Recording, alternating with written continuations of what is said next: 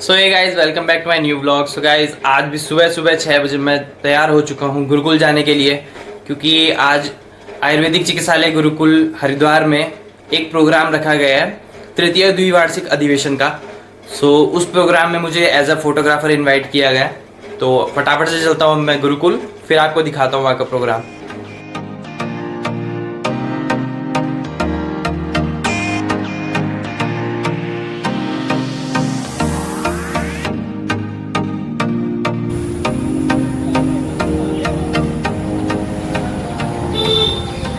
So guys ये है यहाँ पे उत्तराखंड आयुर्वेद विश्वविद्यालय गुरुकुल परिसर हरिद्वार। यहाँ पे आज प्रोग्राम रखा गया है तृतीय द्विवार्षिक अधिवेशन का। सो गाइज अभी यहाँ पे तैयारियां ही हो रही हैं।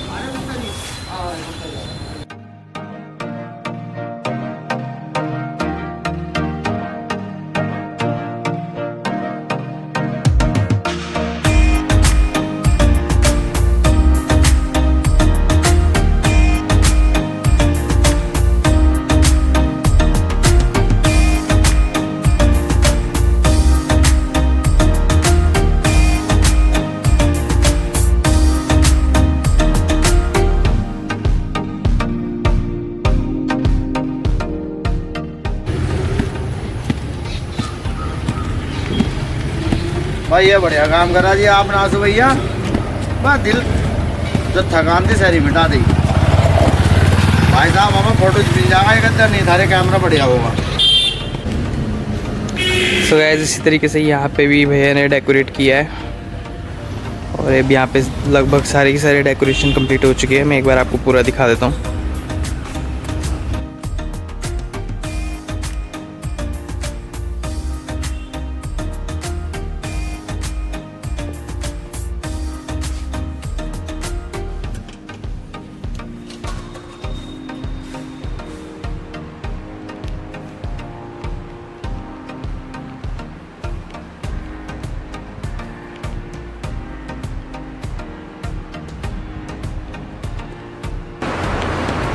और यहाँ पे भी अब खाने की तैयारी चल रही है।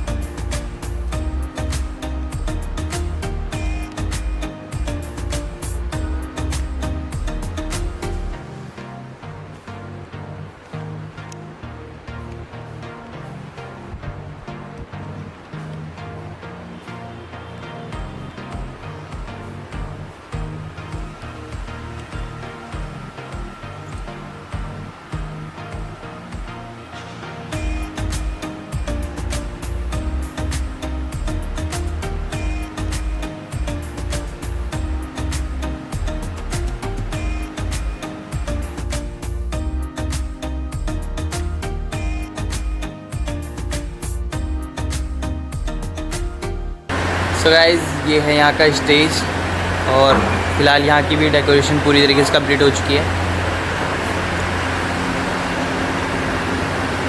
वहाँ पीछे जाके देखते हैं कि वहाँ से कैसा लग रहा है।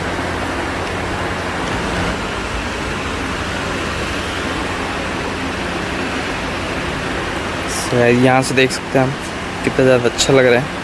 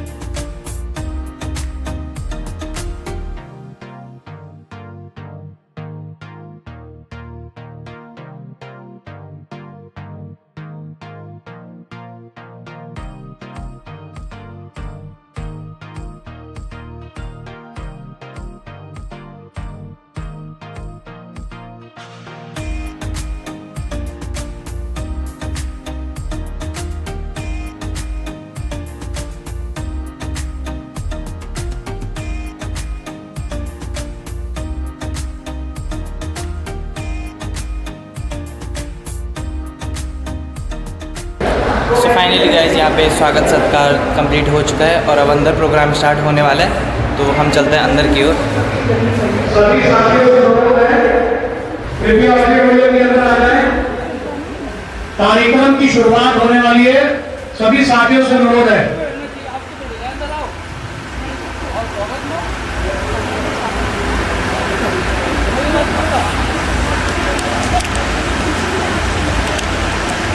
जोरदार ताली से, तालियां नहीं रुकेगी, ये तालियों की गड़गड़ाहट ये उनके सम्मान में है।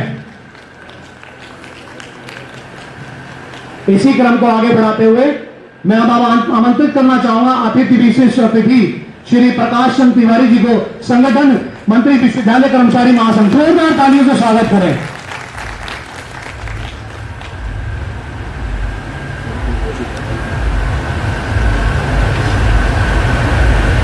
अब मैं आमंत्रित करना चाहूंगा श्री दिनेश लखेड़ा जी को कि वो आए और अपना मंच पर स्थान ग्रहण करें। चतुर्श्रेणी कर्मचारी महासंघ प्रदेश अध्यक्ष और आज के हमारे इस कार्यक्रम में अहम भूमिका निभाने वाले पर्यवेक्षक की जोरदार तालियों से स्वागत करें।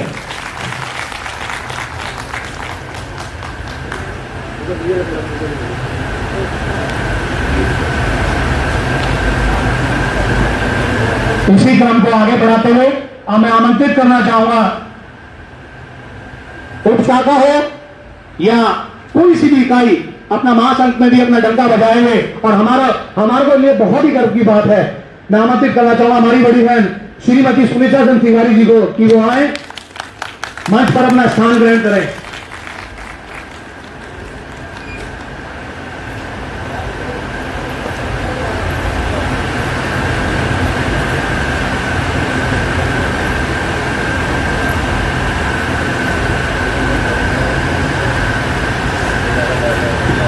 इसी क्रम को आगे बढ़ाते हुए अब मैं आमंत्रित करना चाहूंगा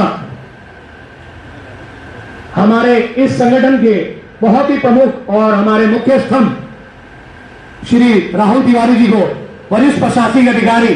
जोरदार तालियों से स्वागत करें। इनका दिशा निर्देश और इनका अनुभव हमारे संगठन में बहुत ही अहम भूमिका निभाता है। जोरदार तालियों से स्वागत करें, तालियां रुकनी नहीं चाहिए।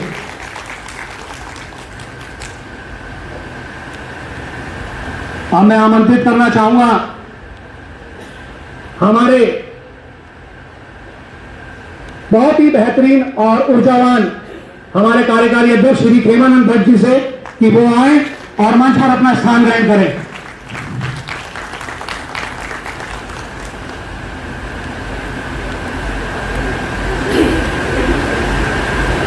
अभी हमारे कुछ ही क्षण में हमारे चुनाव अधिकारी श्री जोशी जी जो है वो उपस्थित होने वाले हैं। शायद रास्ते में जाम हो गया तो इस वजह से थोड़ा विलंब हो रहा है। कार्यक्रम को आगे बढ़ाते हुए मैं मुख्य संयोजक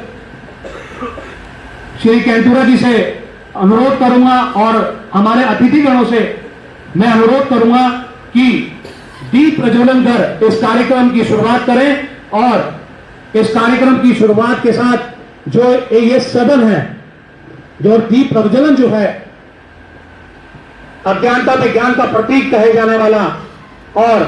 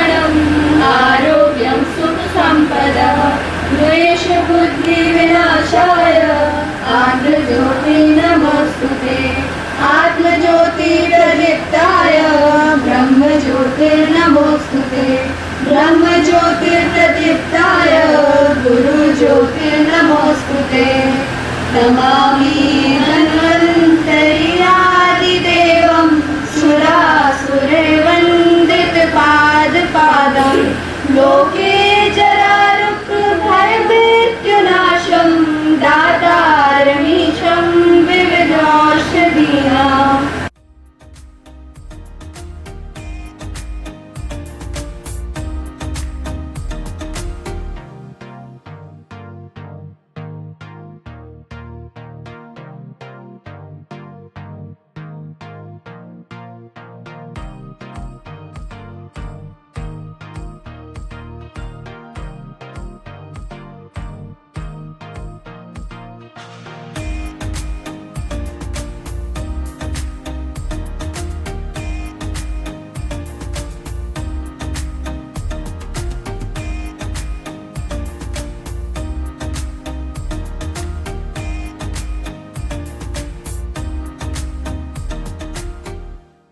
और मैं अनुरोध करूंगा हमारे मुख्य संयोजक जगदीप कैंटोरा जी से और साथ में श्री विनीत तिवारी जी से कि वो आए और इनका स्वागत सम्मान करें। जोरदार तालियों से स्वागत करें।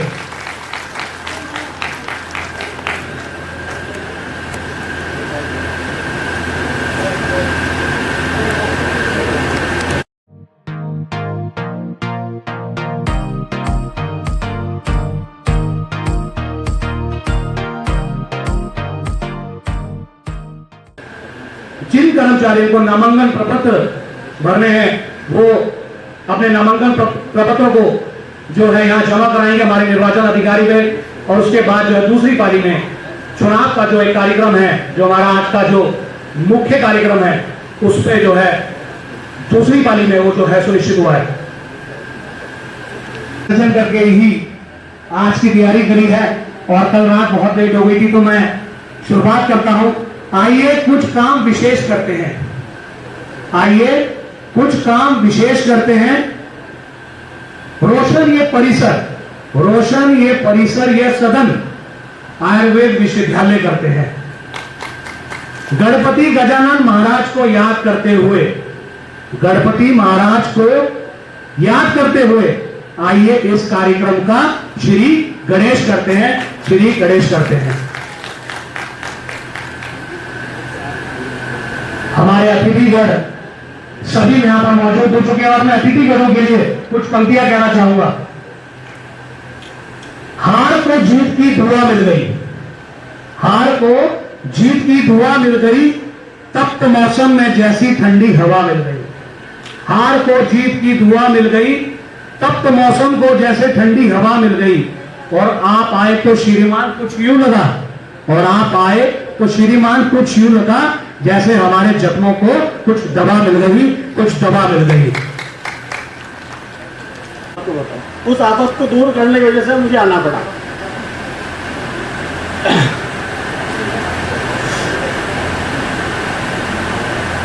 जो आज आप लोग इकट्ठे हुए हैं इस संगठन को मजबूत करने के लिए, मैं सबसे पहले भाई लखड़े जी का, जोशी जी का, अरे हमारे जो हैं आज में यहाँ नहीं आए हैं भाई अशोक जो जिला अध्यक्ष हैं स्वास्थ्य विभाग के, इन्होंने इस पहल को सबसे पहले शुरुआत की।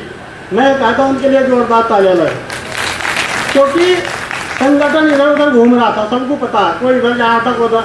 इन्होंने ये निर्णय लिया कि भाई एक हो जाओ, और होना भी चाहिए था, क्योंकि हर कर्मचारी, और कितनी बात नहीं करना, चतुर्थ श्रेणी की जरूर करता हूँ कि मैंने पहली बार वेतन के लिए चतुर्थ श्रेणी कर्मचारी को रोते हुए देखा, मुझे बहुत दुख हुआ। पहली बार ऐसा हुआ कि वेतन के लिए कर्मचारी रो रहा। उसके लिए जोशी जी, लेखड़ा जी बार बार हमारे धरना प्रदर्शन बात करें और हमारा जो हौसला बढ़ाते रहे। मैं तो इनका दिल से बहुत स्वागत करता हूँ कि इनके कारण से हमारा जो 5 महीने का जो वेतन रुका हुआ था, यह इनकी सबसे बड़ी देन है, क्योंकि आने वाला समय और भी खराब आयुर्वेद यूनिवर्सिटी का, मैं आपको बताऊँ। इससे भी ज़्यादा बुरा हाल होने को मुझे लग रहा है, इससे भी ज़्यादा बुरे हाल होंगे इस यूनिवर्सिटी के अगर आप एक नहीं हुए। चुनाव तो यह है, चुनाव नहीं है, चुनाव का नाम रख दिया, चुनाव नहीं है। आपको अच्छा अध्यक्ष मिल रहे हैं, अच्छा वो क्या नाम आपका सचिव साहब मिल रहे हैं, इनका सबको सहयोग करना। मैं बताऊँ आपको, अरे मन से करना ऐसा नहीं है, अरे भाई पति मिलेगा तो सहयोग करोगे। हम तो मतलब बिना पद के भी मन से सहयोग, तन मन तीनों चीज़ से मैं सहयोग करूँगा। लेकिन मैं पद, मुझे भरत का भी फ़ोन आया, भाई समीर का भी फ़ोन आया, भाई कोई मतलब मैं लेने के इच्छुक नहीं हूँ। मैंने अपना चौथे श्रेणी का भी भाई साहब को इस्तीफा दे दिया है, क्योंकि मेरा स्वास्थ्य ठीक नहीं है। लेकिन मैं बिल्कुल मन से दोनों भाई के साथ रहूँगा, जहाँ जाना होगा, कहीं भी जाना होगा, सबसे आगे मैं रहूँगा। दूसरी मेरी जो है, मैं क्या, मेरी कमजोरी क्या है कि मैं लिख नहीं सकता ढंग से। लड़ने को तो मुझे कहीं ले जाओ, किसी का रपट मारना हो, गाली देने को मैं तैयार हूँ, हर चीज़ देख लूँगा। लेकिन मैं लिखने में थोड़ा कमज़ोर हूँ, भाषा को सही नहीं लिख सकता। कुछ लोगों ने जो है, जब मैं उसमें क्या नाम वो हुआ था हमारा, उसमें भीख मांगी गई, उसमें गया, कुछ लोगों मेरे को फ़ोन भी आए, अरे यार ये तुमने क्या कर दिया। अरे भाई मेरा कर्मचारी रो रहा है, तुम्हें भीख की लग रही। मेरा कर्मचारी जब रोएगा तो मैं क्या करूँगा उसके लिए, मेरे में जो है वही तो कर सकता हूँ मैं उसके लिए। और मैं भाई केवानंद भट्ट जी को और गौरवला जी को बहुत बहुत बधाई देता हूँ। आप संगठन को लेकर चलो, वेतन का मामला नहीं है, वेतन तो अपने किसी न किसी कारणवश शायद उपस्थित नहीं हो पाए हैं, लेकिन शायद कोशिश करनी थी सबको। एक्चुअली तबीयत मेरी भी ठीक नहीं है, मेरे सर में बहुत तेज़ दर्द हो रहा है और मैं अभी टैबलेट लेके गाड़ी से उतर के सिर्फ यहीं आया हूँ और मुझे ये समझ में नहीं आ रहा है कि मैं क्या बोलूँ। लेकिन मुझे ये ज़रूर इच्छा थी कि मैं आऊँ ज़रूर, चाहे मैं 10 ही मिनट के लिए आऊँ, लेकिन आने की मेरी तीव्र इच्छा थी और मैं आया। लेकिन सबसे यही इच्छा थी मेरी कि सभी आते तो बहुत अच्छा लगता, क्योंकि हमारा छोटा सा संघ है, उसमें भी यहाँ का सब उपस्थित नहीं हो पाए तो मैं नहीं लगता कि हमारा संघ जो है बहुत ज़्यादा मजबूत हो पाएगा, क्योंकि सभी के एक साथ रहने से तभी हम कुछ कर पाएंगे। और सभी को पता है कि हमारी जो स्थिति है बहुत दयनीय है और वास्तव में जो है हमें जो है अपने संघ को बहुत मजबूत करने की आवश्यकता है। सिर्फ एक वेतन ही एक विषय ऐसा नहीं है जिसके लिए हमको एकत्र होना चाहिए, हमें और भी मतलब ऐसे विषय हैं हमारे जो ऑफिशियल विषय हैं, कुछ मतलब हमारी सर्विस को लेके, हमारे कार्यों को लेके, हमारे जो भी हमारा अभिमान है उसको लेके कहीं ना कहीं हम लोगों को मतलब दबाया गया है और हम लोगों का शोषण किया गया है। और ये शोषण के कारण शायद हम खुद भी हैं, क्योंकि हम कभी भी जो है अपनी आवाज़ उठा के कुछ बोल नहीं पाए, अपने हक मांग नहीं पाए। कहीं ना कहीं हम भी इसके कारण हैं।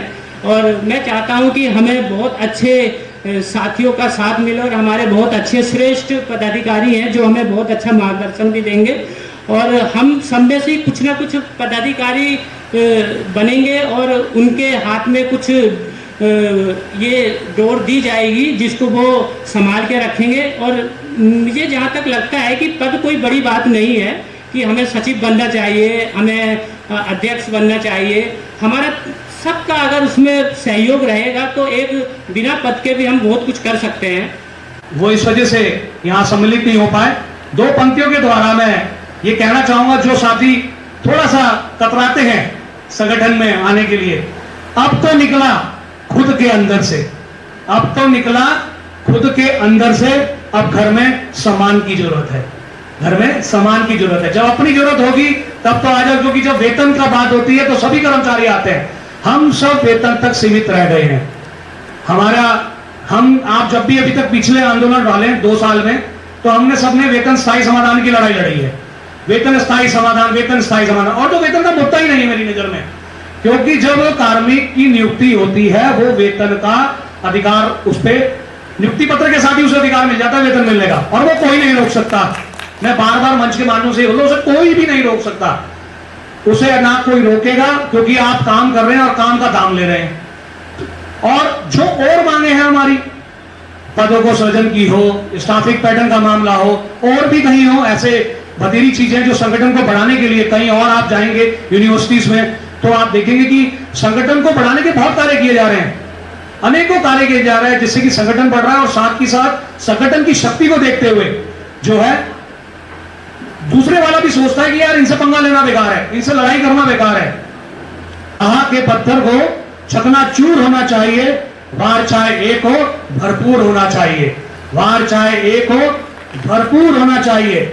सिर्फ इतना ही नहीं कि वो हार अपनी मान ले, सिर्फ इतना ही नहीं कि वो हार अपनी मान ले, वो हमारे सामने मजबूर होना चाहिए, मजबूर होना चाहिए। इसी कड़ी को आगे बढ़ाते हुए अब मैं आमंत्रित करूंगा 1000 रुपये और गुरुकुल से 12,500 रुपये, कुल मिला के 45,500 रुपये इकट्ठा हुआ है, जिसमें 10,000 रुपये यहाँ अधिवेशन के लिए स्कूल से आया है और 5,000 रुपये मुख्य परिसर से 12,500 रुपये गुरुकुल का है। कुल मिला के 27,500 रुपये का अभी गुरुकुल वालों को पास पहुँच गया है। जो इसके अधिवेशन में जो खर्चा वगैरह अगर इससे ऊपर भी होगा तो उसकी भी व्यवस्था की जाएगी। और जो हम पे अभी बैलेंस बचा हुआ 18,000 रुपये बचा हुआ है, इसको मिला के, ठीक है। वैसे मेरे पास जो कोर्स में बचा हुआ है वो टोटल 35,256 रुपये अभी बचा हुआ है। तो मैं कोर्स की तो खैर कुछ भी ज़्यादा ऐसा वो नहीं है कि हम पे कोर्स के लिए कुछ मतलब दिक्कत परेशानी हो रही हो, फिर भी कोशिश ये रहेगी कि जितना पैसा हो सकता है, मतलब हमारे कर्मचारी भाई भी थोड़े आए हुए हैं, जब दिक्कत परेशानी आती है तभी सब लोग इकट्ठे होते हैं, ऐसा नहीं होना चाहिए। क्योंकि पहले से अगर हम सक्रिय रहेंगे तो कभी ये परेशानी आएगी नहीं। अभी वो आज आपके बीच उपस्थित है। और साथियों, आज जो हमारा ये तृतीय अधिवेशन है, इसे हमें ऐसे ही बनाए रखना है और अपने मन से बिना किसी मतभेद के अपने लीडर को चुनना है आज, चाहे वो अध्यक्ष पद से हो, चाहे वो सचिव पद से हो, चाहे वो उप सचिव पद से हो, कोषाध्यक्ष हो या जो भी अन्य पद हमारे संगठन में है, उन्हें बिल्कुल अपने मन से और बिना किसी मतभेद के चुनना है। क्योंकि साथियों, यदि हम एक नहीं होंगे तो जैसे हमारी समस्याएं खड़ी होती रही है विश्वविद्यालय बनने के बाद, जो जिससे सभी लोग परिचित भी है। मैं साथियों ऋषिकुल में तब से हूँ जब से हमारे स्वर्गीय भाई श्री शिवनारायण जी कितने मजबूत, कितने संगठित, सबको एक साथ लेके वो चले। और आज बड़ा दुख का विषय है कि वो हमारे बीच नहीं रहे, लेकिन मैंने उनकी कुछ बहुत से लेटर वो लेके आते थे मेरे पास, मैंने खुद टाइप किए उनके, तो भाषा देखता था उनकी मैं, और जो जितने उच्च अधिकारी हैं उनसे बात करने का उनका तरीका, कार्यशैली बहुत अच्छी रही है साथियों। और जैसे हमारे बड़े भाई छत्रपाल ने कहा कि भाई वेतन पहले जो है 1 तारीख में आ जाता था, 2 तारीख में। सुमित जी ने भी बोला कि डी ऑफिस में भी काम किया इन्होंने कि 2 तारीख में जो है वेतन नहीं आता था। ये चीज हमारे साथ भी हुई है साथियों, जब हमारा ट्रेजरी से था कि यदि मार्च की जो सैलरी है वो पता ही है सबको अप्रैल में लेट आती थी, 15 दिन भी अगर लेट हो जाते थे तो बड़ी दिक्कत हो जाती थी हमें। लेकिन आज जो है मजबूर और विवश कर दिया गया विश्वविद्यालय प्रशासन शासन ने कि 5-5 महीने के लिए जो है हमें इंतजार करना पड़ रहा है। किस लिए? जो कि हमारा जो ये तो समाधान तो है ही नहीं हमें निकालना कि वेतन तो वही सबका अधिकार है। जैसे मोहित भाई ने भी कहा, अभी वो तो नियुक्ति पत्र में लिखा जाता है कि भाई इस वेतन के साथ आपकी नियुक्ति हो रही है। मैं साथियों इसी बीच कहना चाहूँगा कि इन 5 जो हमारा वेतन जो है बीच बीच में कभी 5 महीने, कभी 3 महीने, कभी 6 महीने इतना विलम्ब हुआ। उस बीच हमारे बड़े भाई जो मेरे पिताजी के साथ काम भी किया उन्होंने, श्री दिनेश लेखेड़ा जी, उनका भी आकस्मिक निधन हुआ। जो भी समस्या रही होगी, लेकिन बहुत दुख हुआ साथियों। अब जब समस्या इतनी हो गई कि कर्मचारी जो है, अब जो भी रही होगी समस्या उनकी वो तो उन्हें ही मालूम होगा, लेकिन हमें तो सबको यही लगा कि भाई इतना 5 महीने हो गए, 6 महीने हो गए, सबके खर्चे हैं, सबके बच्चे हैं घर में, सबकी फीस है स्कूल की, अन्य भी और खर्चे होते हैं, किसी के मकान की किस्तें हैं, लोन की किस्तें हैं। बैंक वाले, आपको बताता हूँ, बैंक वालों ने 4-5 रिकवरी एजेंट रखते हैं वो अपने पास, सिर्फ इसी काम के लिए कि आपको जो है किस्त उनसे लेने के लिए इतना मजबूर कर दो उन्हें। वो तो काम तुम्हारा है तभी तुम्हें सैलरी मिलेगी, ये काम हमारा नहीं है। वो लोग कुर्सी पर बैठ के काम करते हैं वहाँ एसी में बैठ के, लेकिन 5-6 एजेंट को छोड़ के रखते हैं अपने बाहर कि तुम्हारा काम सिर्फ यही है, गाली गलौज करनी पड़े, बदतमीजी करनी पड़े, घर जाना पड़े, जाओ। और ये 5-6 महीने में सबने झेला होगा, जहाँ तक मैं मानता हूँ। अब जो है हमें यहाँ पे इस मंच पे शपथ यही लेनी है साथियों, अपने मन से बिना किसी मतभेद के, कि हमें ऐसा लीडर चुनना है जो हमारा वेतन हो, प्रमोशन हो, ग्रेड हो, एसीपी हो, सबकी समस्या सुने, सबका साथ और सबका विकास के साथ चले। लोग यहाँ पर उपस्थित हुए और जैसा कि सभी साथी कह रहे हैं कि भाई यहाँ पे संख्या कम है, मुझे तो बहुत सारे लोग यहाँ पे दिख रहे हैं क्योंकि कुर्सियों की संख्या यहाँ पे ज़्यादा है इस ऑडिटोरियम में और हमारे काफ़ी संख्या में लोग मतलब यहाँ पे आए हुए हैं। और मैं आप लोगों से यही निवेदन करूँगा कि आपका अगर सकारात्मक रूप से सहयोग मिलेगा तो कोई भी पद पर कार्य जो है सक्रिय रूप से होता रहेगा और सक्रिय रहेगा वो पदाधिकारी। तो आप सभी साथियों से मेरा निवेदन है कि आप लोग जो है अपना सहयोग ऐसे देते रहें। और मैं कार्यकारी अध्यक्ष महोदय श्री खीमानंद भट्ट जी का भी धन्यवाद करता हूँ कि वो जो है अपने साथी जो उनके सहयोगी हैं उनके उससे जो है सभी को जो है बल प्रदान करते रहते हैं और आगे के लिए जो है भविष्य के लिए सोचते रहते हैं। इसी प्रकार श्री लखेड़ा जी का भी मैं धन्यवाद करूँगा कि वो जो है हर समय हरिद्वार में जब भी कभी कोई समस्या किसी कर्मचारी के ऊपर आती है तो उनका जो है बढ़ चढ़ कर जो है वो हिस्सा लेते हैं। इसके लिए मैं उनका जो है इस मंच के माध्यम से हार्दिक धन्यवाद करता हूं और अभिनंदन करता हूं सभी का। धन्यवाद। धन्यवाद आशु भाई, बहुत ही सुंदर विचार आपने हम सभी के समक्ष रखे। साथियों, वाकई में ही संगठन दरिया हो या पार टकराना चाहिए, जब तक ना टूटे सांसें जिए जाना चाहिए। और वैसे तो कदम कदम पर दीवारें हैं सामने, वैसे तो कदम कदम पर दीवारें हैं सामने, कोई ना हो तो खुद से उलझ जाना चाहिए, खुद से उलझ जाना चाहिए। तो साथियों, अगर आपको ये लगता है कि कोई नहीं आ रहा, संगठन का अधिकतर विषय, आप लोग सभी स्वागत के योग्य हैं। इस बार जो हमारे इस संघ का अधिवेशन हो रहा है, हमें ये निर्णय लेना चाहिए, ये सोच करके इस आज प्रतिभाग करना चाहिए कि इस बार हम एक ऐसी टीम बनाएं, एक ऐसे अध्यक्ष, महासचिव व पदाधिकारी चुने जो हमारे संगठन को मजबूत करे और जो हमारे सामने जो कर्मचारियों की विषमताएं हैं, जो परेशानियां हैं, उनको दूर कर सकें और एक दूसरे का बल बन करके काम कर सकें। पदाधिकारी हम चुनते हैं, लेकिन हम ही लोग इस पे एक उनको एक बाजू का उनकी ताकत का काम करेंगे। अगर हम लोग एकजुट ना हों, एक साथ ना रहें, तो इस तरह के संगठन का कोई नहीं भविष्य है। पिछले 2 साल जो हमारे बिगड़ गए, उसमें कहीं ना कहीं हम लोग भी दोषी हैं। तो इसलिए पुरानी बातों को भूल करके आगे नई चीज़ों को सोचते हुए, नए आज एक विज़न को देखते हुए आगे बढ़ा जाए और नई कार्यकारिणी को चुना जाए। आप सबसे मेरा यही निवेदन और यही प्रार्थना है। और वार्षिक अधिवेशन है और अभी भी हम इसके लिए कितने संजीदा हैं। आज भी हम आधे लोग सिर्फ अपने 500 रुपये की वसूली के लिए यहाँ पे हैं, क्योंकि अभी भी जितने लोग प्रेजेंट हैं यहाँ पर मौजूद नहीं हैं। हमारे पास मंच में वो लोग मौजूद हैं जो शायद आज आपको एक सूत्र ऐसा दे दें कि कैसे संगठन चलते हैं, कैसे संगठन के लिए कार्य होता है, जिनका शायद एक एक शब्द यहाँ से एक संजीवनी हमारे संगठन के लिए, हमारी विचारधारा के लिए बन सकता है। हम अगर उनको नहीं सुन पा रहे हैं, अगर वो अतिथि बैठे हैं, उनके पीछे अनुभव है, चाहे वो पर्वतीय शिक्षक कर्मचारी संगठन का हो, उनकी एकता और क्यों उन लोगों की मांगे बहुत कम प्रयास में हो जाती हैं। बहुत कम प्रयास कम नहीं होते हैं, लेकिन प्रयास बौद्धिक स्तर पे होते हैं, प्रयास पदाधिकारी स्तर पे होते हैं। हर बार शायद धरने न दिखते हो, महीनों तक दरी बिछी हुई न दिखती हो, लेकिन शायद ही कोई मांग इन लोगों की रहती है जो पूरी ना होती हो। वो मांग पूरी क्यों होती है? वो मांग पूरी होती है बौद्धिक क्षमता, अनुभव और उसके पीछे की एक ताकत, एकजुटता। वो एकजुटता कैसे आएगी अगर हम आधा घंटा यहाँ पर बैठ नहीं सकते?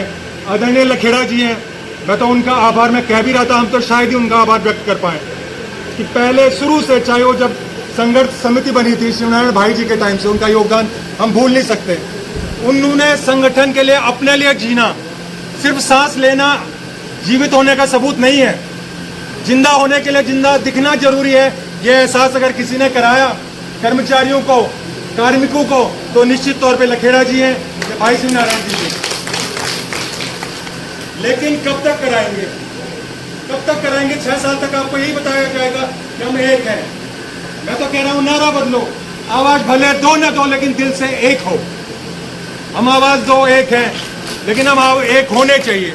ये अधिवेशन सामान्य तो यहाँ पर ज्ञानोवृद्ध वयोवृद्ध सभी लोग हैं, संगठन की मुझे उतनी समझ नहीं है, लेकिन मैं जो मोटा मोटा तौर पे जो मैं समझता हूँ, जितना भी मैंने देखा, मेरा यही है कि अगर 100 विचारों का एक होना, 100 ऊर्जाओं का एक होना, 100 मतों का एक मत होना, तब वो संगठन है, तब कार्य होते हैं। जब एनर्जी मिले, जब छत्रपाल भाई का जोश, समीर जी का दिमाग, कौशल, हेमानंद जी का, सुनीता जी की हिम्मत, मोहित जी का जोश, मोहित तो मैं साक्षात हनुमान मानता हूँ इस विश्वविद्यालय के लिए, तीनों परिसरों के लिए, जिस हिसाब से वो रहते हैं। तो अगर हम सिर्फ ये सोचते हैं, अगर भगवान राम सोच लेते हैं कि सिर्फ मैं राम हूँ, मैं ही रावण लंका दहन कर दूँ, मैं ही सब कुछ कर दूँ, क्या जरूरत थी? बस ये एक संगठन का, एक मैनेजमेंट का एक लेसन उन्हें देना था, उन्हें दिया। एक जामवंत, एक छोटी गिलहरी से लेकर एक बड़े हनुमान तक की उनने सेवाएं ली, जबकि रावण को मारना कोई उनके लिए बाएं हाथ का खेल था। तो वो एक सीख थी कि हम सीखें, अपने त्रेता युग से सीखें, हम द्वापर युग से सीखें। महाभारत था, श्री कृष्ण काफी थे, अगर उन्हें धर्म का ज्ञान देना था एक चक्र काफी था। क्यों?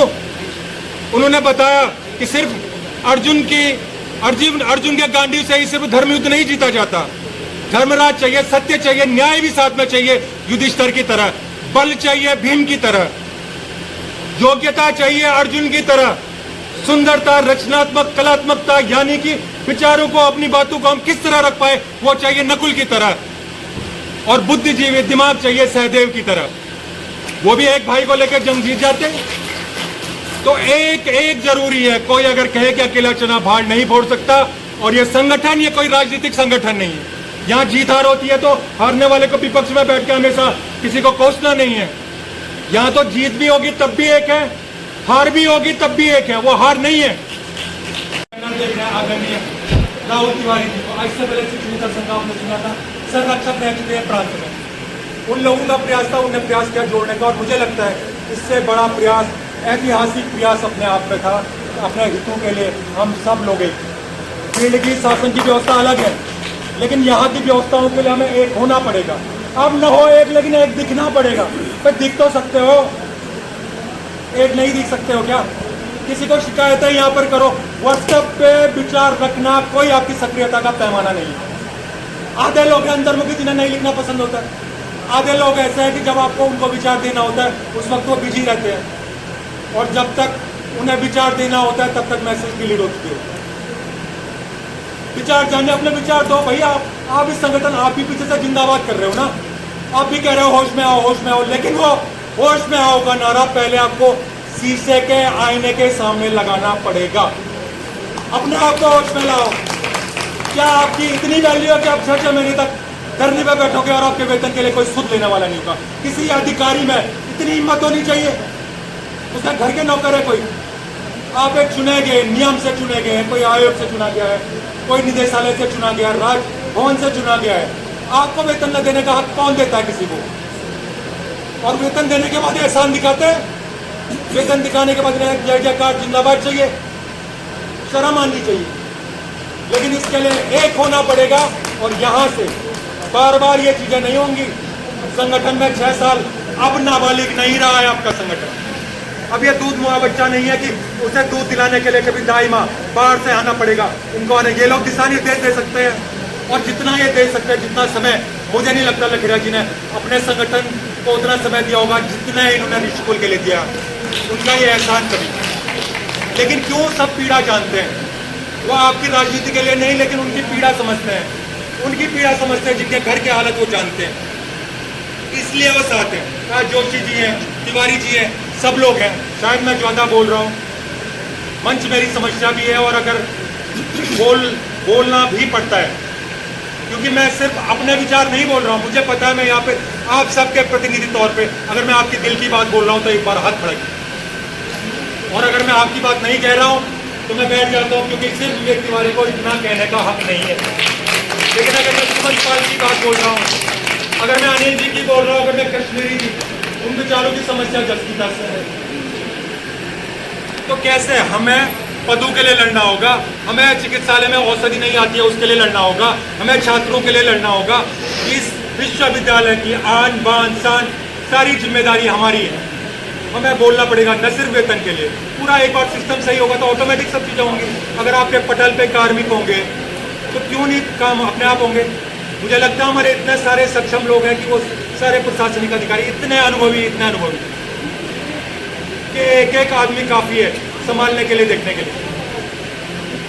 तो अगर ये है, हम इस चीज़ का लाभ उठाएं। अगर हमें इतना बड़ा मार्गदर्शन मिल रहा है पर्वतीय शिक्षक संघ और आप विश्वविद्यालय महासंघ, एक आवाज पे, मुझे नहीं लगता मैंने इतिहास में ऐसा देखा है, सारे विश्वविद्यालय एक हो गए थे आपके वेतन के लिए। एक बार जोरदार तालियां हमारे पास। और उस आंदोलन की सक्रियता और खूबसूरती ये थी कि मुझे बहुत उन्हें कहा, भाई साहब वेतन तो आपका है, लेकिन जो दर्द, नारे में जो उत्साह दूसरी यूनिवर्सिटी का दिख रहा है, उनके सामने आपका कुछ नहीं। तो ये ऐसा साथ, ऐसा संरक्षण, ऐसी ढाल ऐसे हमें मिली है, हम उसका फायदा उठाएं, उन अनुभव का फायदा उठाएं और यहाँ से एक संकल्प लें कि न्याय में, धर्म के राह पे, इंसाफ के राह पे हम सब तन मन धन से। चंदे के लिए बोलना पड़ेगा क्या? धरने के लिए बुलाना पड़ता? बच्चे का मुंडन है क्या कि आ जाओ बच्चे का मुंडन, आ जाओ आप भी, भाई आप आ जाओ। आपका अपना किसी से बोलना पूछते हैं, जी हो गया शुरू, आप आओ ना तब शुरू होगा। क्या छत्रपाल ने ठेका ले रखा है वो शुरू करेगा? क्या मोहित ने ठेका ले रखा वो शुरू करेगा? और क्या आपको उनको इतना सम्मान दे रहे हैं, वो आपके लिए लड़े भी और आप उनके लिए बातें भी बनाओ। या तो आप लड़ नहीं सकते तो जो लड़ रहा है उसकी ताकत बनो, और अगर ताकत नहीं बनते हो तो उसको कमजोर भी मत करो, कोई हक नहीं है। चुपचाप बैठे रहे, अपना जिसे काम करना है वो काम करे। लेकिन अगर संघ की राह में उस मकसद की तरफ नहीं जा सकता है तो बीच में उल्टी टीका टिप्पणी जिससे कि संघ टूटता है बार बार, जिससे कि बिखराव होता है, वो बातें न करें, क्योंकि जिम्मेदारी हम सबकी बनती है। मैं ज़्यादा न कहते हुए मैं इतना कहूँगा, इस संगठन को पुनः सलाम करूँगा। और यहाँ से आज जो भी पदाधिकारी चुने, अभी संख्या 40-48 की संख्या है, 16 पदाधिकारी चुने जाएंगे। मतलब हास्यास्पद भी है, 3 सदस्यों पे 1 पदाधिकारी होगा आपका, मतलब पदाधिकारी ज़्यादा और सदस्य कम, तो ये संख्या और बढ़ेगी। मुझे पूरा विश्वास है, मुझे पूरा विश्वास है शिक्षण स्तर के अंदर का कोई भी कर्मचारी हो, एक छत एक बैनर के नीचे आएंगे, आना पड़ेगा। ये कोई मेरा व्यक्तिगत किसी का एजेंडा नहीं है, अपने लिए आना पड़ेगा, अपने संवर्ग के लिए आना पड़ेगा, अपने विश्वविद्यालय के लिए आना पड़ेगा, अपनी विश्वविद्यालय की वो कोई भी प्रतिष्ठा को वापस लाने के लिए, जिन सपनों को, विजन को देके इस विश्वविद्यालय का निर्माण हुआ था। इसके लिए मुझे याद है आदरणीय पोखरियाल जी, निशंक जी ने उस वक्त जो उनका वक्तव्य था कि विश्व की सबसे बड़ी यूनिवर्सिटी में इस विश्वविद्यालय को मैं देखता हूँ। और निश्चित तौर पर जब आयुर्वेद की हर कोई बात करता है, हर कोई सराहना करता है। आज भी आप लोगों ने पेपर में पढ़ा होगा, ट्रेन में इतने लोगों को आयुर्वेदिक, उनको यहाँ पे नियुक्ति दी जाएंगे, लोग इस तरफ जाते हैं, लेकिन आयुर्वेद के अलावा बाकी सब बातें हो रही हैं।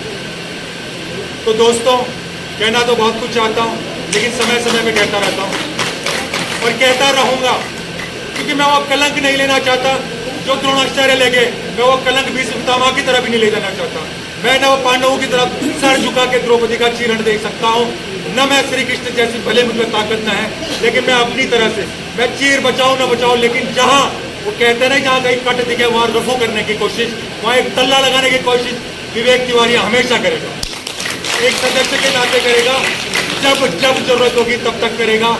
कोशिश करूंगा सबको साथ में लेने की, किसी को बातें कड़वी लगे, ये लगी, लेकिन मैं उसका परवाह किए बिना, अगर मैं न्याय के लिए, सत्य के लिए आप लोगों के साथ में हूँ, आप सब लोग भी साथ में होइए और आज ऐतिहासिक बनाइए, प्रण लीजिएगा। यहाँ से प्रण लो कि अगला अधिवेशन जो हो, हम यहाँ दाल भात खाने नहीं आएंगे, हम कान पकड़ के पूछेंगे रिपोर्ट कार्ड और देंगे 50 में से कितने नंबर हमारे अध्यक्ष को, क्यों नहीं, और तब बताए अध्यक्ष। और अध्यक्ष का भी पूरा हक बनता है कि वो कान पकड़ के बोले कि आप क्यों नहीं। 100 आवाज़ों की एक आवाज़ बनाइए। मैं आश्वस्त करता हूँ, आप लीजिए विचार। आपको चुना ही इसलिए जाता है कि आप नीतिगत कोई भी विचार, तन मन धन जहाँ पे जरूरत होगी वहाँ पे, लेकिन अपने तुरूप का आखिरी हथियार, अपनी बंद मुट्ठी, अपने सदस्यों को सबसे पहले आप लाएंगे तो आपकी कोई मांग अगर सफल होगी, इसका प्रश्न चिन्ह जरूर लगेगा। आपका ये बंद मुट्ठी है, ये सदस्य की पावर, ये दरी पे बैठाना, ये बाहर लाना, ये कार्य बहिष्कार आपका अंतिम हथियार होना चाहिए। पहला हथियार आप होना चाहिए। आप शासन विधानसभा बात कीजिए। आप विश्वविद्यालय में बात कीजिए।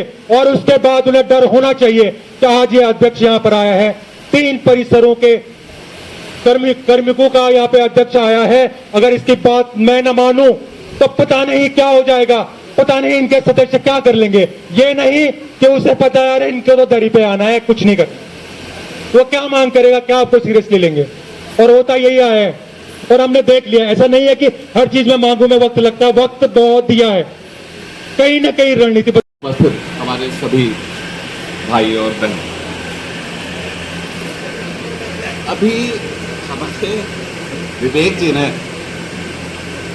जो बातें कही, निश्चित तौर पर मैं ये मानूंगा ये विवेक जी की बात नहीं थी, ये संघ के सदस्य, सच्चा जो सदस्य होगा उसके मन की बात, ये मेरे मन की बात। जो इन्होंने कहा कि भेष पितामह को चुपचाप नहीं लेटना चाहिए, चुपचाप नहीं रहना चाहिए, उसे मैं मानता हूं, स्वीकारता हूं। और जैसे मैं स्वीकारता हूं वैसे सभी को स्वीकारना चाहिए कि हमने जहां कमी रही हो हम उसे सुधारें। एक सवाल दोस्तों मैं आपसे पूछना चाहता हूं कि कितने ये मानते हैं कि वेतन जो आया वो आपके दबाव में आया? कितने लोग हैं इसमें से जो कहते हैं कि वेतन जो आया 6 महीने 5 महीने बाद उसमें आपके एसोसिएशन का कोई दबाव था या नहीं था?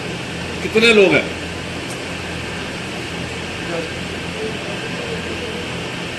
ज्यादातर लोगों ने हाँ कहा, कुछ लोगों ने सब कुछ, बस मेरे ख्याल से ना हाँ कहा ना कहा। ना कहने वाले कितने लोग हैं?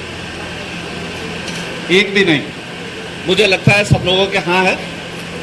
अब आप समझे कि जो वेतन रुका हुआ था, जो रुकना नहीं चाहिए, क्योंकि वेतन कोई मांग नहीं। जब आप मानते हैं कि आप में क्षमता है कि जो काम नहीं हो सकता उसे भी कर सकते हैं, तो जैसे प्रोन्नति की बात है या पदों के सृजन की बात है या अन्य कोई लाभकारी योजना की बात है, क्या वो दबाव से नहीं आ सकती? क्या तिवारी जी ने कहा कि प्रमोशन की प्रक्रिया या किसी भी चीज की सारी चीज, कोई नई चीज नहीं चाहिए, सब चीज लिखी पड़ी है कि हर साल में एक बार प्रोन्नति का चक्र घूमेगा, पदों के सृजन का 28 फरवरी को घूमेगा, तो चक्र का पालन करें। कोई, मुझे नहीं लगता कि कोई ये कहेगा एसोसिएशन में, कोई पदाधिकारी ये नहीं मांग करेगा कि हमें मोटरसाइकिल दिला दो, कोई ये नहीं कहेगा हमें कपड़े दिला दो, सब वही मांगेंगे जो सरकार द्वारा दिया जाता है। दूसरी बात, संघ में निष्क्रियता है, इसे मानने में कोई बुराई नहीं। एक बहुत पहले की बात है, जब मैं सचिवालय में था तो प्रमुख सचिव हमारे एस.के. दास थे, हमारे आयुष कविता उनके पास 4 थे। तो एक दिन लेट नाइट हम लोगों की बात हो रही थी, तो उन्होंने पूछा कि तिवारी बोलो तुम्हें क्या चाहिए? तो मैंने उनसे कहा, मैंने कहा सर मुझे जीवन जीने का सलीका बता दीजिए। तो हंसने लगे, कहने लगे लोग हमसे प्रमोशन मांगते हैं, पद मांगते हैं, तो हमसे सलीका पूछ रहे हो? मैंने कहा हाँ, सब हो सकता है ये मेरे जीवन में काम आ जाए, प्रमोशन तो एक बार आएगा, बाकी चीजें ये वाली तो हमेशा आएगी। हंसते मुस्कुराते उन्होंने कहा कि मिस्टर तिवारी,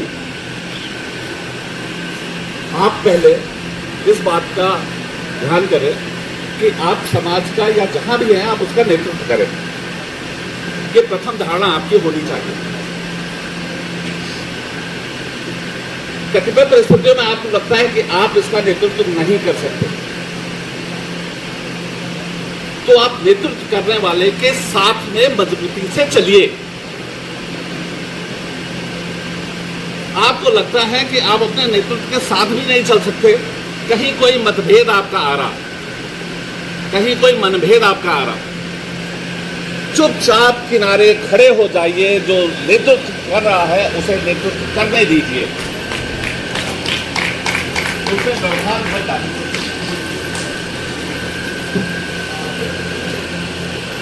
तीसरी बात मैं ये कहना चाहूंगा, क्योंकि आज चुनाव भी है, हमारे निर्वाचन अधिकारी महोदय भी है, अगर सम्मत से निर्विरोध चुनाव होता है तो उससे बेहतर कुछ हो नहीं सकता। तो मैं आप सभी से प्रार्थना करूंगा कि यथासंभव निर्विरोध चुनाव हो। तो और सबसे बड़ी बात यह है कि देखो, इतना बड़ा ऋषिकुल, इतना बड़ा गुरुकुल, इतना मुख्य परिसर, और आज भी देखो आप, मतलब 50-55 की संख्या होगी। तो आज जब सबको इतने दिनों से चल रहा था, आपके ग्रुप में चल रहा था, सब कुछ चल रहा था, तो आना तो चाहिए था। देर से करते को ऐसा अच्छा नहीं लगता, क्योंकि फिर उसके बाद क्या होता है कि भाई कह दिया हमने नहीं बुलाया या कुछ नहीं करा। ऐसा नहीं है। ये मैंने देखा कि इतने दिनों से चल रहा है और सबने बैठ के पहले बैठक करी, गुरुकुल में ही बैठक हुई, उसके बाद फिर ये सब बात हुई कि भाई इस तारीख को हम चुनाव करेंगे। उसके बाद भी कम संख्या होना, पर चलो एक बार अब चुनाव हो जाए तो फिर मैं आने वाले जो भविष्य के अध्यक्ष मंत्री होंगे उनसे अनुरोध करूंगा कि वो इसको संगठित करें और एक करें। जो तिवारी जी ने कहा था कि हम सिर्फ अपने वेतन तक ही सीमित ना रहें, पदोन्नति है, दवाइयों का है, और हमारी बहुत सारी मांगे हैं जिन पे हमें विचार करना पड़ेगा, लड़ना पड़ेगा, जो कर्मचारी हमारे बाहर निकल के आए। और वेतन जो है हमारा अधिकार है और इस अधिकार को कोई नहीं छीन सकता। इसलिए वेतन के लिए लड़ने का बड़ा अफसोस होता है। भाई मैं आया हूं, आपके साथ आया हूं, लड़ा हूं, सब कुछ हुआ है, पर मुझे बड़ा दुख हुआ कि राजकीय कर्मचारी होने के बावजूद, क्योंकि उत्तराखंड विश्वविद्यालय तो अब बना था 2013 में, पहले तो सब हम राजकीय कर्मचारी थे, तो हम तो ये तो सोच रहे थे कि भाई राजकीय वो आयुर्वेद विश्वविद्यालय बनेगा तो और अच्छा उन्नति होगी, प्रगति होगी, प्रगतिशील होगा, हमारे आयुर्वेद का बहुत नाम होगा। पर स्थिति बड़ी एकदम उलट हो गई। आज से पहले कहीं मैं ऋषिकुल में, आज से नहीं, मैं 98-99 से ऋषिकुल गुरुकुल में आता रहा हूँ। उस टाइम पे 98-99 ये 2000 स्थिति यह है कि अब तो दवाइयों के भी लाने पड़ेंगे, बड़ी दिक्कत वाली बात है। तो इसलिए मेरा यही अनुरोध है कि सब एक हो जाएं और अच्छे पदाधिकारी को जो मतलब आपका साथ दे सके, सुलझावा हुआ हो और साथ में अपना समय दे सके, ऐसे पदाधिकारी को चुने और सब मिलकर चुने। ये नहीं कि आपने आज चुन लिया। और फिर दूसरी बात ये भी है कि आज आप आ गए, आपने हमें सुना, अध्यक्ष मंत्री बनाए, उसके बाद फिर आपकी बला से वो अध्यक्ष मंत्री क्या कर रहे क्या नहीं कर रहे, आपको उनका साथ भी देना है, उन पे नजर भी रखनी है और वो तुम्हारे पे नजर रखेंगे, तभी सक्सेस हो पाएंगे। जैसे आप मैं कह रहा हूं, जैसे आप अभी लड़े इस आंदोलन के लिए, अपनी वेतन के लिए 6 माह का वेतन पाया, तो अभी ये ना सोचिए कि आपका जो 6 माह का वेतन मिल गया तो आपकी समस्या दुरुस्त हो गई। बिल्कुल नहीं हुई दुरुस्त, अभी आगे फिर लड़ना पड़ सकता है आपको। और इसके लिए आपको जो अध्यक्ष मंत्री बहुत कुशल चुनना होगा और अच्छे ढंग जो हर चीज से परिपक्व हो, और आप सबको उनका साथ भी देना होगा, तभी जाके हमारा ये जो है सफल होगा कि हमारा स्थायी समाधान और साथ में पदोन्नति के साथ साथ और वही सारी जो भी समस्याएं हैं, सेवानिवृत्त हो जाते हैं कर्मचारी, धक्के खाते हैं कि 1.5 साल, तो उसका भी आपको देखना है। आपका जो सादा कर्मचारी ऐसा नहीं है कि सेवानिवृत्त हो गया तो आपका अंग था वो, तो उसको छोड़ना नहीं है। आपने सबको साथ लेके चलना है और सबका साथ और सबका विकास, और तभी हमारा जो गुरुकुल आयुर्वेद और मुख्य परिसर हरावाला बहुत बढ़िया बन सकेगा। और पीछे पीछे हम भी हैं आपके साथ, हम आपके सहयोगी हैं। जब आप अगर रात को भी आवाज देंगे ना, तो हम आपको वहीं खड़े मिलेंगे जहां आप कहोगे। तो इसलिए मेरा अनुरोध है आपसे कि सब एक हो जाएं, दिल से एक हो, कोई मन में मैल न रखें और एकजुट होके जो है अध्यक्ष मंत्री चुने। हमारे कह रहे हैं कि तिवारी जी ने बोला, हमारे वरिष्ठ प्रशासनिक अधिकारी तिवारी जी ने बोला कि हम लोग वेतन के लिए दरी पे आते हैं। वेतन के लिए दरी पे आना किसी को अच्छा नहीं लगता, किसी को नहीं पसंद है कि हम वेतन के लिए दरी पे जाएं। लेकिन हम और मांगे हमें याद कहाँ रहेंगी जब हमें वेतन ही नहीं मिलेगा।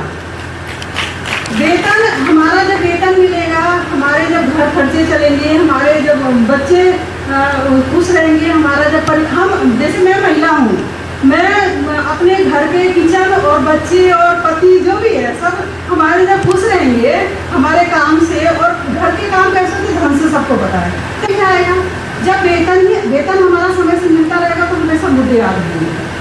तो हमें कोशिश करना चाहिए कि हम सिर्फ वेतन पे ना अटके रहें, तो हमारे जो पदाधिकारी आप लोग चुनेंगे, जिनका चुनाव आप लोग करेंगे, उनको बड़े विश्वास के साथ उनको चुनिएगा और ये विश्वास रखिएगा कि वो जो भी निर्णय करेंगे, जो भी काम करेंगे, आपके हित के लिए करेंगे। आप उनका सहयोग करिएगा और मैं आप लोगों से फिर से निवेदन करती हूँ और विश्वास आशा करती हूँ कि आप लोग जो है ऐसे एक साथ रहेंगे आगे भी चल के, जिससे हमारे आगे का समय बहुत अच्छा बीते और हम वेतन के अलावा, वेतन को ना बोल के हमारी जो और मांगे, अन्य मांगे रहेगी, हमारे जैसे पद हो गए और हमारे भत्ते हो गए, अन्य बहुत चीज़ें हैं, उनके लिए हम लड़ाई लड़ें। उनके हम वेतन के लिए दरी पे ना बैठे, दरी पे हम बैठेंगे, उनकी भी लड़ाई हम ऐसे लड़े जैसे कि ने बोला शासन प्रशासन पे जाए, हम लिखित कागजी कार्रवाई करके। आप संगठित नहीं रहेंगे तो पदाधिकारी क्या कर देगा? पदाधिकारी अकेला कुछ नहीं कर सकता है। आप उनके पीछे, उनके सपोर्ट में रहेंगे तभी वो कुछ कर पाएंगे।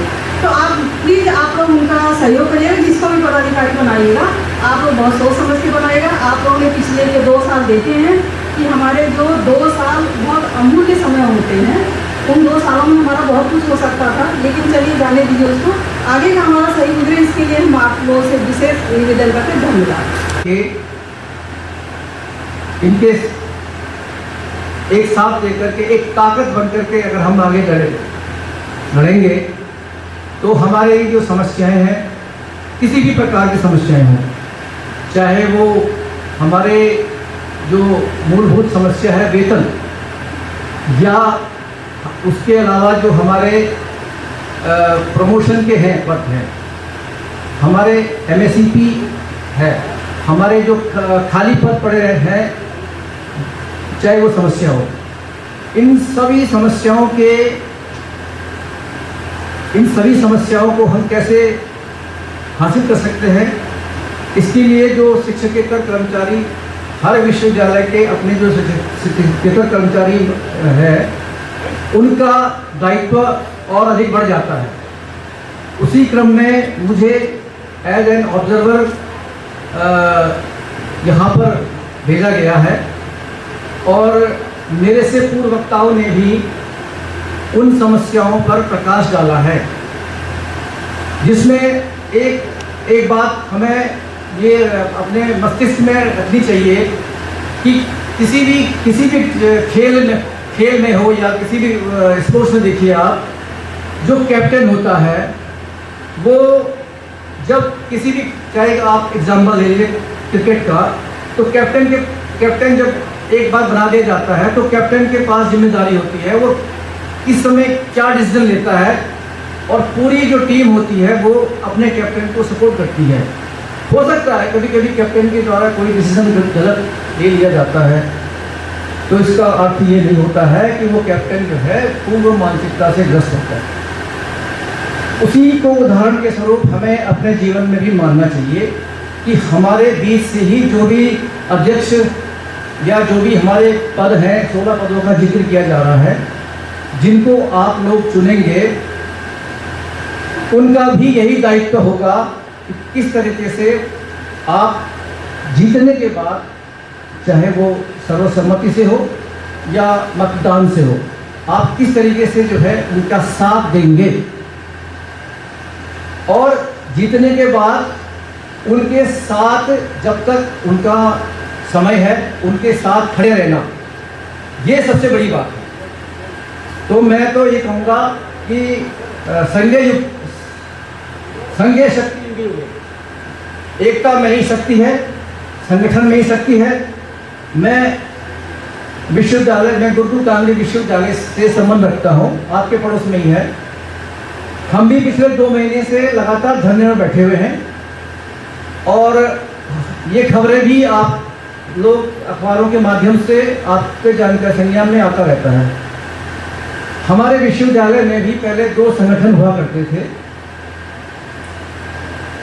हम सब ने आपस में मिलकर के एक संगठन को चुना, सभी कर्मचारी। क्योंकि अलग अलग रहेंगे तो आपकी समस्याएं वो व्यक्तिगत हो जाती हैं। हमने ये एक भागीरथी प्रयास था, ये इतना आसान नहीं था हमारे यहाँ पे, लेकिन सभी ने दूरगामी परिणाम देखते हुए ये निश्चय किया, एक संगठन चाहे वो उसमें टेक्निकल हो या नॉन टेक्निकल हो, उसको छोड़ करके दूसरा संगठन जो पैरेलल था उसके साथ सब खड़े हुए और एक शक्ति से जो भी कैप्टन आप बनाओगे, हमने भी अपना कैप्टन बनाया हुआ, एज अध्यक्ष कह लीजिए, एज ए महामंत्री कह लीजिए, लेकिन हो सकता है कि आपके विचारों का ना बने, लेकिन साथ तो खड़ा रहना पड़ेगा आपको उसे जो समय दिया है, चाहे 2 वर्ष का हो, वो 2 वर्ष देखने पड़ेंगे आपको। उसके साथ जहाँ पर कमजोरियाँ हैं उन कमजोरियों को बताना पड़ेगा, तभी संगठन चलता है। सिर्फ एक व्यक्ति से संगठन नहीं चलता है। तो मैं उत्तराखंड कर्मचारी महासंघ के प्लेटफॉर्म से ये कहना चाहूँगा कि जिस भी आप साथी को इन पदों के लिए सुयोग्य मानते हैं, आप उन्हें चुनिए और उन्हें खड़ा कीजिए और उनके साथ अपनी समस्याओं के निदान तक के लिए साथ खड़े रहिए, तभी हमारी जीत होगी, तभी संगठन का जो सच्चा उसका सपना है वो पूरा होगा। धन्यवाद ज्ञापित करता ही हूँ, लेकिन मुझे थोड़ा सा संकोच भी हो रहा था। देखिए, IFMS के इस दौर में जब सेंट्रल बजट जारी होता है, शायद ही ये उत्तराखंड कह लें या पूरे संपूर्ण भारतवर्ष का एक ये अपने आप में अनोखा केस होगा आप लोगों का, जबकि राजकीय कर्मचारी होने के बावजूद 6 महीने तक वेतन न मिलना बड़े दुर्भाग्य और शर्म का विषय। हम अपनी सनातन संस्कृति की बात करते हैं सम्मानित साथियों, जहां आयुर्वेद का विशेष महत्व है हमारे जीवन शैली में। सरकारों द्वारा बातें बड़ी बड़ी की जाती हैं, लेकिन धरातल पर हमें वेतन के लिए तक दरी पर बैठना पड़ रहा है। इतना लंबा आंदोलन पिछली बार चला, 28-30 दिन तक आंदोलन चला। उसके बाद आपके संघर्ष, समर्पण और संघ निष्ठा के कारण, आपने जो दबाव बनाया उसके कारण आखिर विश्वविद्यालय प्रशासन को मजबूर होना पड़ा और शासन को भी आपका बजट जारी करना पड़ा। यह आपकी शक्ति और एकता का ही प्रतीक है। सम्मानित साथी, बहुत कुछ है कहने के लिए। कुछ मैं कहना चाहूँगा। आज की कार्यकारिणी का गठन होना है, मुझे दायित्व दिया गया है चुनाव संपन्न कराने का, तो मैं चाहूँगा कि लोकतांत्रिक प्रक्रिया में दोनों चीजें हैं। सर्वसम्मति भी एक अच्छा ऑप्शन है। इस बार आपने देखा होगा पंचायत निर्वाचन में हमारे बड़े बड़े IAS अधिकारी हमारे पुलिस के DG तक रह चुके और निर्विरोध ग्राम प्रधान चुने गए और वो अच्छा काम करेंगे। तो निर्विरोध चुने जाते हैं तो 100 बहुत अच्छी बात है। लोकतांत्रिक प्रक्रिया में मतदान की स्थिति भी है और निर्विरोध भी स्थिति है। आपको उनके साथ पूरा 2 वर्ष या जितना कार्य हो करें उनके साथ। प्रगति कर्मचारी शिक्षा संगठन शुरू से आपके साथ में है, आपके हर आंदोलन में आपके साथ में है। और अभी माननीय मुख्यमंत्री जी से भी इस महीने में बातचीत के लिए समय लिया गया था और थोड़ा आपदा की परिस्थिति के कारण माननीय मुख्यमंत्री जी व्यस्त ज्यादा हैं और आपके आयुष सचिव से भी बिल्कुल वार्ता लगभग तय हो गई थी टेबल टॉक के लिए। तो निरंतर हम प्रयासरत हैं। आपका उत्तराखंड आयुर्वेद जो पूरा उत्तराखंड विश्वविद्यालय महासंघ है वो भी सोचता है आपके लिए, ऐसी बात नहीं है। तिवाड़ी जी यहाँ पर है, तो हम कोशिश कर रहे हैं कि माननीय मुख्यमंत्री जी से समय मिल जाए, हमको आयुष सचिव से बैठकर बात करने का समय मिल जाए। तो विश्वविद्यालय के अंदर क्या गड़बड़ हो रहा है वो सब आप जानते हैं, लेकिन इसमें आपका क्या दोष है? आपका वेतन क्यों रुके? हमने नारायण भाई साहब को देखा, वो आपको वीडियो कोड के लिए संघर्ष करते थे। जब वीडियो कोड अलॉट हो गया विश्वविद्यालय बनने के बाद भी, तो उसको क्यों नहीं अस्तित्व में आने दिया? उसको ऑपरेटिव क्यों नहीं होने दिया? क्या इसके पीछे मंशा थी उन लोगों की? आप तो काम कर रहे हैं। अब एक वेतन का मैटर नहीं है, ये तो एक स्थिति ऐसी है। आप के प्रमोशन के मामले हैं, आपकी नियुक्ति के मामले हैं, आपके लिए गोल्डन कार्ड की सुविधाओं के मामले हैं, बहुत सारी स्थितियां ऐसी हैं। आपके जो संस्थागत ढांचा है तीनों परिसरों का, विशेष रूप से गुरुकुल और ऋषिकुल में जो दवाइयों की स्थिति है या जो आपका इंफ्रास्ट्रक्चर डेवलपमेंट का मामला है, वो आपके असली मांगे हैं। अब हम दरी पर बैठ रहे हैं वेतन के लिए, तो मैं ये कहना चाहूंगा आज के दिन आप एक सशक्त कार्यकारिणी का अपना चयन करिए और उसका पूरा साथ दीजिए। और मैं ये कहना चाहूंगा कि कुछ नया हो, उगते हुए सूरज की तरह नया। अब जो संपर्क हमारे साथ नहीं जुड़ पाए हैं ना, मैडम जुड़ी हैं, पहले से ही साथ हैं। अभी जब आंदोलन चल रहा था तो हम बड़े विनम्रता पूर्वक आपके संवर्ग के पदाधिकारियों से अंदर जाके मिले थे। बहुत देर हमने अनुनय विनय उनसे अनुरोध किया कि आप जुड़िए, क्योंकि ये सबका सामूहिक प्रयास है। तो मैं कहना चाहता हूँ कि कुछ नया हो उगते हुए सूरज की तरह नया, कुछ नया हो मिट्टी में फूटते हुए अंकुर की तरह नया, कुछ नया हो इस जीवन में कि हम जिए कुछ दिन और, कुछ नया हो इस जीवन में कि हम जिए कुछ दिन और। प्रोफेसर श्रीश मौर्य कुमाऊं यूनिवर्सिटी में हिंदी के प्रोफेसर हैं, मेरे मित्र रहे कॉलेज टाइम में। उनकी ये पंक्तियां थी, सुप्रसिद्ध कवि और लेखक हैं। मैं अक्सर उनकी इन पंक्तियों को उद्धृत करता हूँ अपने साथियों को प्रोत्साहित करने के लिए, ऊर्जा का संचार करने के लिए। जो कमियां रह गई उनमें सुधार करेंगे और आगे का पथ हम अच्छे से प्रशस्त करेंगे। जिस कार्यकारिणी का आज चयन होगा उसका पूरा साथ देंगे और हम इस लड़ाई को अंजाम तक ले जाएंगे। एक बार फिर से श्री जगमंडल और आप सभी का हृदय की गहराई से साधुवाद, बहुत बहुत धन्यवाद चाहूंगा। उसी के साथ इस पारी का समापन करेंगे। गौर से सुनिएगा और आत्मसात कीजिएगा। मैं जब भी तेज चलता हूँ नजारे छूट जाते हैं, मैं जब भी तेज चलता हूँ नजारे छूट जाते हैं। कोई जब रूप गढ़ता हूँ तो सांचे टूट जाते हैं। मैं रोता हूँ तो आकर लोग कंधा थप थपाते हैं। मैं रोता हूँ तो लोग आकर कंधा थप थपाते हैं। मैं हंसता हूँ तो मुझसे लोग अक्सर रूठ जाते हैं। धन्यवाद। इसी के साथ इस कार्यक्रम की प्रथम पाली का समापन। बहुत बहुत धन्यवाद। अगर मुझसे कोई गलती हुई हो इस सभा के संचालन में, इस मंच के माध्यम से मैं क्षमा मांगता हूँ। और बहुत बहुत धन्यवाद हमारे सभी अतिथिगणों का। मैं बहुत बहुत धन्यवाद करता हूँ सर का, हमारे प्रकाशन जी का, दिनेश भाई का, जोशी जी का और तिवारी जी का और सुनीता बहन का बहुत बहुत धन्यवाद। और मैं चाहूंगा कि भोजन की व्यवस्था है, कृपया सब भोजन करें और उसके बाद जो है इस कार्यक्रम की दूसरी पारी की शुरुआत होगी। बहुत बहुत धन्यवाद।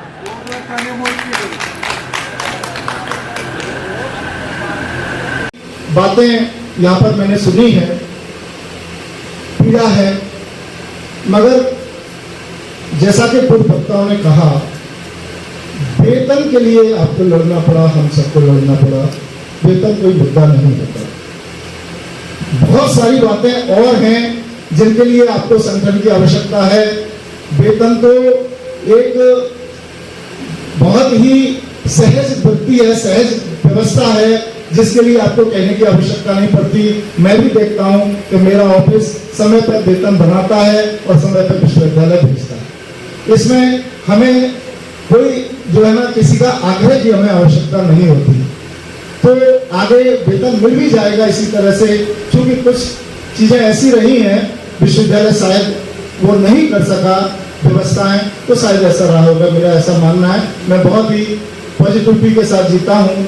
आगे ये समस्याएं शायद ना हो, मगर हमारा कैडर, हमारी संख्या और आपके अन्य अधिकार वो बहुत आवश्यक है। कोई व्यक्ति एक संस्था को अपना समग्र जीवन देता है, तो जब वो संपूर्ण जीवन उस संस्था के नाम करता है तो युवावस्था में आता है और वृद्धावस्था में उस संस्था से जाता है, तो वो अपनी सारे ऊंचाइयां क्यों ना छुए।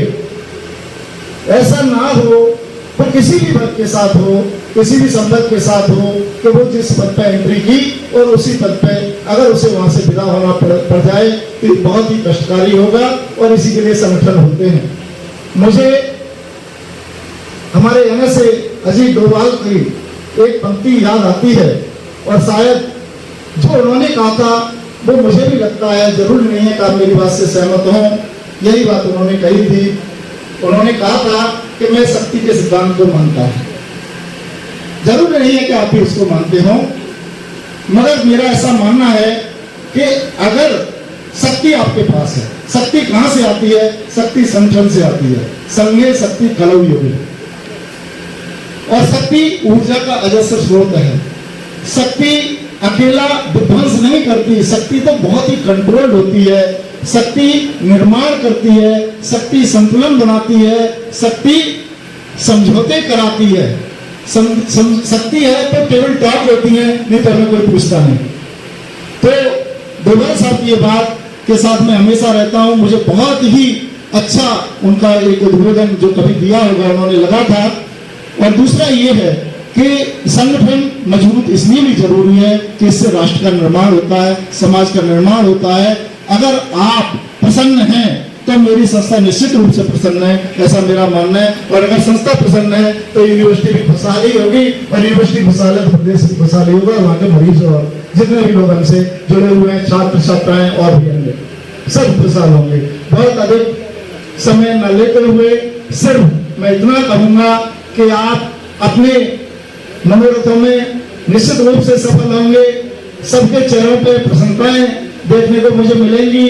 और जो आपने उदाहरण रखे हैं, भले वो महाभारत के हों, गीता के हों, मैं रिपीट नहीं करूंगा, बहुत सारे उदाहरण हैं। मैं हमेशा गीता को कोट करता हूं, मगर अब नहीं, समय बहुत हो गया है।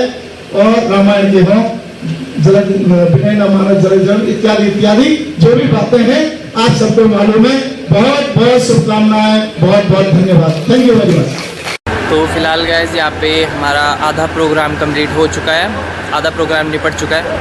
और अब सबके सब जो गेस्ट हैं, आप देख सकते हैं मेरे पीछे कोई भी नहीं है, यानी कि मतलब सबके सब यहाँ पे अभी भोजन करने के लिए जा चुके हैं। तब तक जो हमारे मेन चीफ गेस्ट हैं स्टेज के ऊपर, मेन चीफ गेस्ट हैं और जो भी मतलब मेन जिन्हें यहाँ बुलाया है पर्यवेक्षक जी, वो सबके सब मिलके यहाँ पे कुछ मतलब कोई अधिकारी पद हैं यहाँ पे, कुछ ना कुछ उनके लिए यहाँ पे चयन किया जाएगा कि कौन सा पद किसे दिया जाएगा। उसके बाद जब सबके सब भोजन करके आ जाएंगे तो सबको यहाँ पे बताया जाएगा कि कौन सा पद किसके लिए नियुक्त किया गया, मतलब कौन से पद पे किसको नियुक्त किया गया। तो आपको मिलते हैं भोजन के बाद।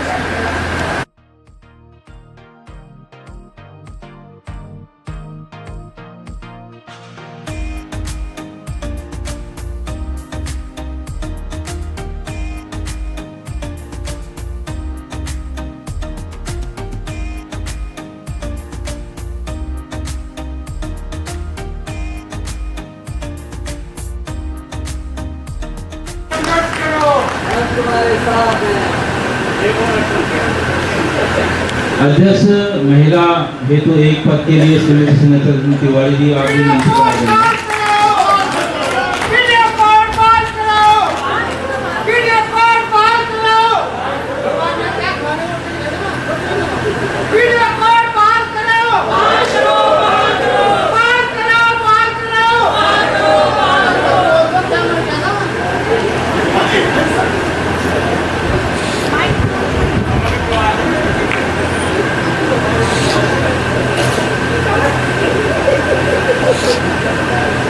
सामान्य साथी वैधानिक प्रक्रिया है और कल को आप किसी IAS अधिकारी से या किसी माननीय मुख्यमंत्री जी से या किसी सचिव से मिलने जा रहे हैं तो आपके पास ये वैधानिक अधिकार होगा। तो इसलिए सारी प्रक्रियाएं करनी पड़ती हैं। कल को प्रशासन या शासन या आपसे पूछ ले कि आप किस हैसियत से आए हैं, ये प्रमाण है, ये इसका पुख्ता होना जरूरी है। सचिव पद ये तो आशुतोष गहलोत जी का एकमात्र नामांकन प्राप्त है।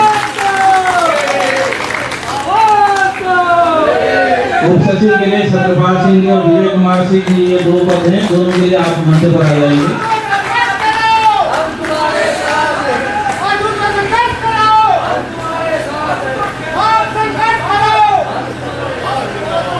सत्यपाल जी और विजय कुमार सिंह।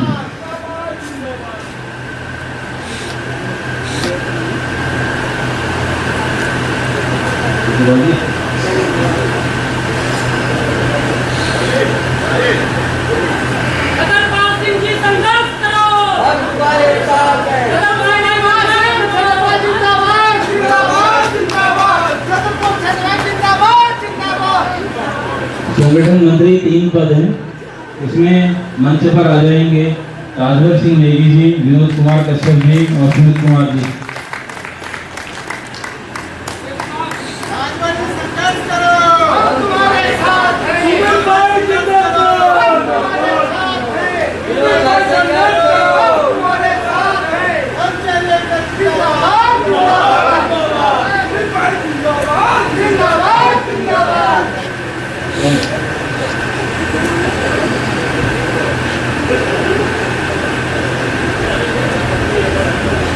सुनील जी।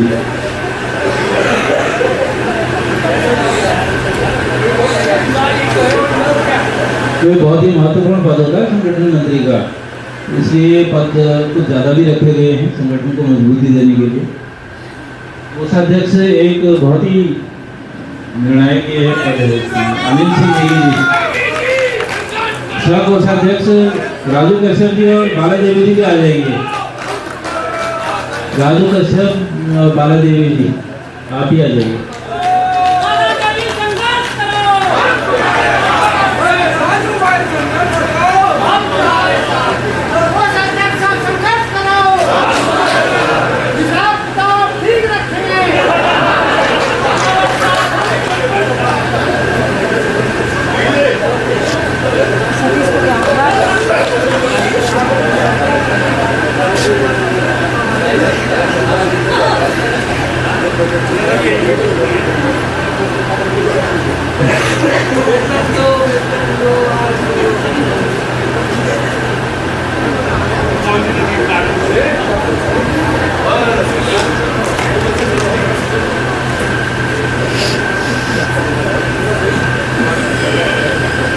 ऑडिटर मनीष पवार जी का एकमात्र नामांकन प्राप्त हुआ था और मनीष पवार जी और प्रचार मंत्री प्रबल सिंह भी आ जाएंगे। प्रचार मंत्री प्रबल सिंह।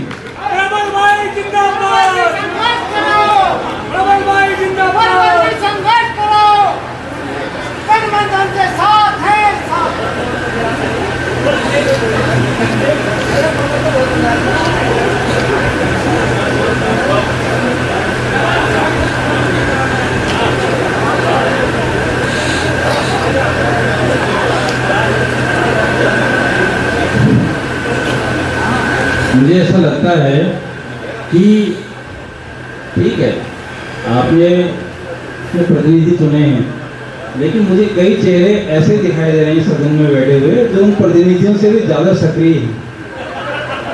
पर तो ये अच्छी बात है, हाँ ये सकारात्मक बात है और आपके अनुभव और आपका जो जुझारूपन है वो पूरे संगठन के काम आएगा। सम्मानित साथियों, ये मत सोचिएगा कि किसको क्या पद मिला है, तो ये आपने अपने ही मित्रों को दिया हुआ है।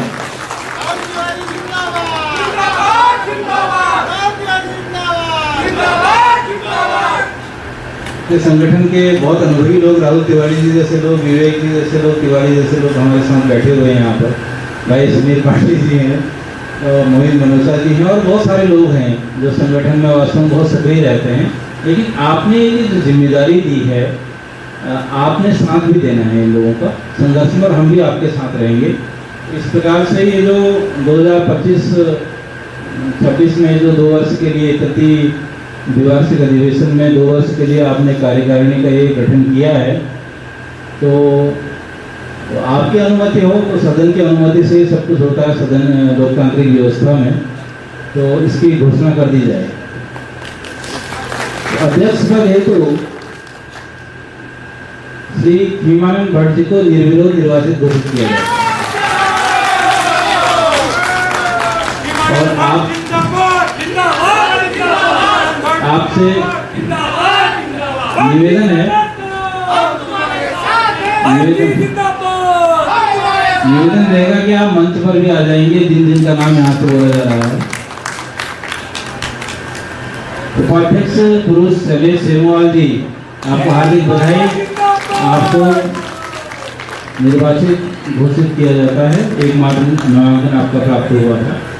उपाध्यक्ष महिला हेतु श्रीमती सुनीता चंद्र तिवारी जी, आप निर्वाचित घोषित की जाती हैं, एकमात्र नामांकन आपका प्राप्त हुआ। सचिव पद हेतु श्री आशुतोष गहलोला जी, आपको निर्वाचित घोषित किया जाता है, एकमात्र नामांकन पत्र आपका प्राप्त हुआ। सभी सम्मानित पदाधिकारियों से निवेदन है कि कृपया आप मंच की ओर अग्रसर होने का कष्ट करेंगे। उप सचिव पद हेतु 2 पद हमारे पास हैं, श्री सत्यपाल सिंह और श्री विजय कुमार सिंह जी, आप मंच पर आएंगे, आपको निर्वाचित घोषित किया जाता है। संगठन मंच के 3 पदों के लिए श्री ताजवर सिंह नेगी जी, विनोद कुमार कश्यप जी, सुमित कुमार जी, आप मंच की ओर अग्रसर होंगे। आपको निर्वाचित घोषित किया जाता है। कोषाध्यक्ष के एक पद हेतु श्री अनिल सिंह नेगी तो सभी पदाधिकारियों का कार्यकारिणी का एक बार माल्यार्पण कर स्वागत कर देते हैं। तो राहुल तिवारी जी, हमारे सम्मानित विजय सर और मातृ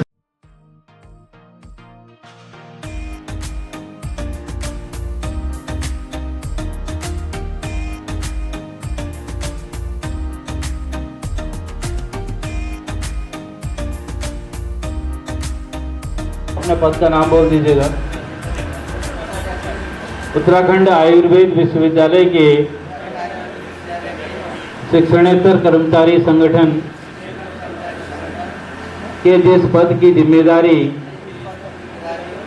का मुझे दी गई है उसका निष्ठापूर्वक और शुद्ध अंतःकरण से मैं निर्वहन करूंगी।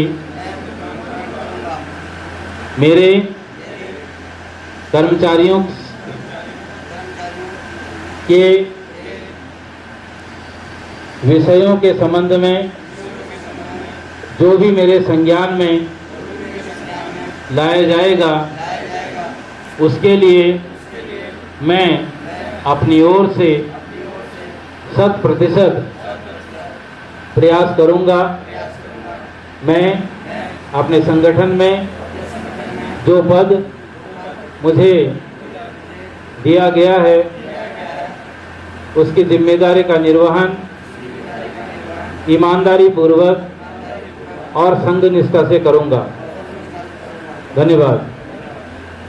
कर्मचारी एकता जिंदाबाद जिंदाबाद जिंदाबाद। कर्मचारी एकता जिंदाबाद जिंदाबाद जिंदाबाद। भारतीय जिंदाबाद जिंदाबाद जिंदाबाद। शरद भाई जिंदाबाद जिंदाबाद जिंदाबाद। सुमित भाई जिंदाबाद जिंदाबाद जिंदाबाद। हेरा भाई जिंदाबाद जिंदाबाद जिंदाबाद। अनिल भाई जिंदाबाद जिंदाबाद जिंदाबाद। और सबसे ज्यादा आवाज आनी चाहिए प्रबल भाई जिंदाबाद जिंदाबाद जिंदाबाद। प्रबल भाई जिंदाबाद। मंचासीन उत्तराखंड आयुर्वेद विश्वविद्यालय के इस समारोह में उपस्थित विश्वविद्यालय कर्मचारी महासंघ के अति विशिष्ट हमारे बीच उपस्थित श्री तिवारी जी, हमारे बीच उपस्थित जनपद हरिद्वार के स्नेह आभार अभिनंदन जो इस मंच के माध्यम से करना चाहता हूं, ऐसे हमारे शख्स आदरणीय ललित मोहन जोशी जी, हमारे मंचासीन सुख दुख के साथी जो हमारे चतुर्थ श्रेणी सहित विश्वविद्यालय ऋषिकुल गुरुकुल के एक स्तंभ माने जाते हैं, श्री दिनेश लखेड़ा जी, चिकित्सा शास्त्र अध्यक्ष, उपस्थित मेरे सहयोगी श्री मलासी जी, सभागार में उपस्थित सम्मानित सभी साथी, मेरे सहयोगी आदरणीय राहुल तिवारी जी, आदरणीय गुप्ता जी, आदरणीय डिमरी जी, मेरे सहयोगी पांडे जी, जगदीप कैंतुरा जी, श्रीमान राहुल तिवारी जी, नर्सिंग संवर्ग की हमारी संगठन की मजबूत स्तंभ सम्मानित सुनीता चंद तिवारी जी, मेरे सहयोगी मनोज चंद तिवारी जी, आदरणीय कांता जी, मोहित भाई मनोचा जी, नवनिर्वाचित आशुतोष गहलोत जी, सभी जो भी उपस्थित हैं जिनका नाम मैं नहीं यहाँ से ले पा रहा हूँ, उन सब का आपको हृदय से इस नवनिर्वाचन के लिए श्री छत्रपाल जी आपका बहुत बहुत आभार, बहुत बहुत धन्यवाद। मैं आपका 2019 से जब से इस संगठन में मैं सक्रिय रूप से आप लोग के साथ रहा और आपने जो भी हमें सहयोग दिया, जो भी संगठन के हमारे सहयोगी साथी हैं, आपका हृदय से आभार, अभिनंदन और धन्यवाद व्यक्त करता हूं। साथियों, मैं ये सब अपने समस्त कार्मिकों के संगठन के हितार्थ संबोधन में बोल रहा हूं कि जिस प्रकार से हमारे आदरणीय तिवारी जी, हमारे आदरणीय राहुल तिवारी जी और विवेक तिवारी जी ने सामने से कहा कि रणनीति को बदलना पड़ेगा, बिल्कुल बदलना पड़ेगा। क्या खोया क्या पाया इस 2 साल में, क्या विच्छेदन हुए, उस चीज को भूल के हम सबको एक मजबूती के साथ लाना पड़ेगा। संगठन क्या है, मेरे 2 विचार हैं। संगठन क्या है और संगठन के जो पदाधिकारी हैं वो क्या हैं। संगठन आप हैं, आपकी वजह से पदाधिकारी बनते हैं और आपकी ही वजह से पदाधिकारी सक्रिय और निष्क्रिय होते हैं। जहां पर आपकी संगठन में आवश्यकता है वहां पर एक दरी पे बैठ के, एक मंच पे आके आपको काम, संगठन के जो पदाधिकारी हैं केवल उच्चाधिकारी के सामने अपनी और आपकी बात रखने के एक सूत्र हैं, ये मैं समझता हूं। सम्मानित साथियों, मैं इसी आभार के साथ इस मंच के माध्यम से जनपदीय अध्यक्ष उत्तरांचल पर्वतीय कर्मचारी संगठन ललित मोहन जोशी जी का विशेष आभार, धन्यवाद व्यक्त करना चाहूँगा कि वर्ष 2017 से लगातार कर्मचारी, विश्वविद्यालय कर्मचारियों के साथ हमारे साथ खड़े रहे हैं और मैं भविष्य में भी आशा करता हूं कि आप हमारे साथ लगातार इसी प्रकार से सहयोग में रहेंगे। और साथ ही मेरे जो भी सहयोगी साथी हैं, मैं उनको विश्वास दिलाना चाहता हूं, आप वर्ष 2022 में 21-22 में जो संगठन का प्रथम अधिवेशन हुआ था ऋषिकुल परिसर में, हमने तन मन धन से कर्मचारी के हितार्थ, उसके आज शायद यहाँ संख्या की कमी है, हमारे विश्वविद्यालय महासंघ के संगठन मंत्री पूर्व श्री राहुल तिवारी जी, इन्होंने संगठन की नींव रखी, तब से हमने इनके आचरण, इनके सम्मान और इनके मार्गदर्शन में काम किया है।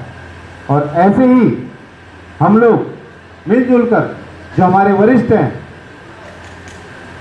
उनके मार्गदर्शन में हम काम करते रहेंगे और संगठन इसमें काम करते रहेंगे, ये मैं आपको विश्वास दिलाता हूँ।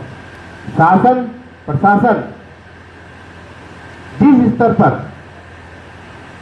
विवेक तिवारी जी ने हमसे कहा है कि हमें रणनीति बदलनी पड़ेगी, निश्चित ही बदलनी पड़ेगी। अब मुझे ये लगता है कि निश्चित ही रणनीति बदलनी पड़ेगी और इसमें हमारे साथ विश्वविद्यालय महासंघ और पर्वतीय कर्मचारी शिक्षक संगठन साथ रहेगा, मुझे विश्वास है। और आप अपनी पूर्ण मनोभाव से संगठन के साथ रहें, तन मन धन से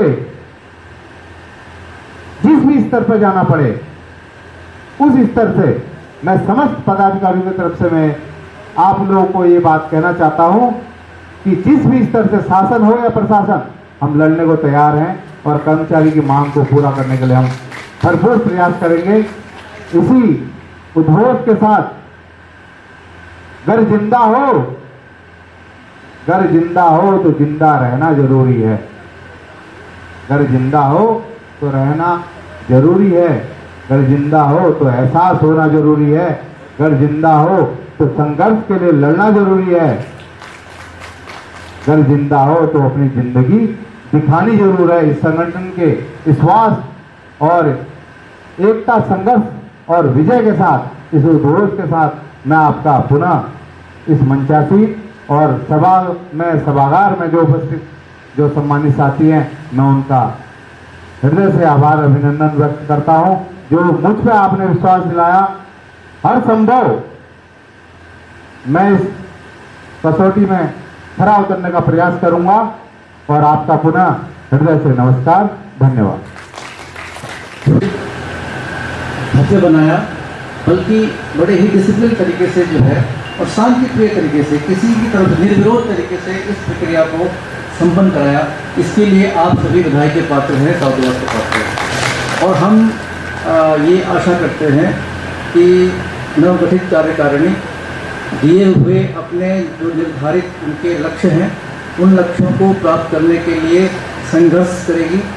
और जहाँ भी हमारी उत्तराखंड विश्वविद्यालय कर्मचारी महासंघ की तरफ से, जो कि शुरू से ही आपके साथ है, भविष्य में भी साथ रहेगा, सदैव साथ रहेगा। धन्यवाद।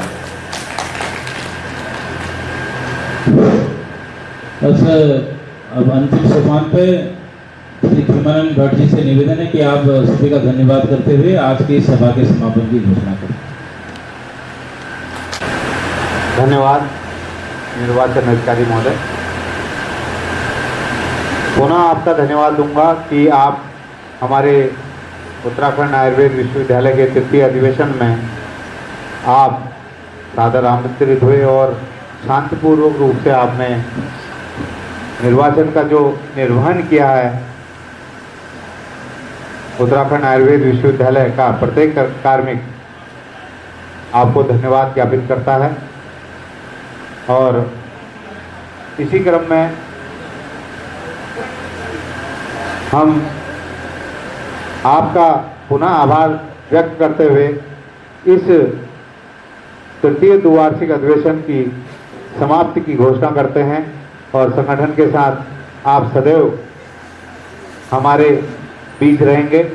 और महासंघ से उपस्थित हमारे तिवारी जी, हमारे लखेड़ा जी, हमारे मित्र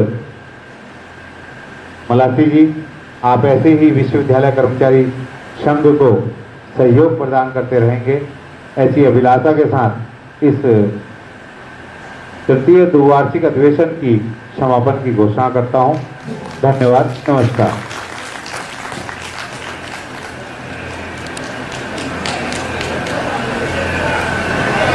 कर्मचारी एकता, उत्तराखंड विश्वविद्यालय कर्मचारी महासंघ।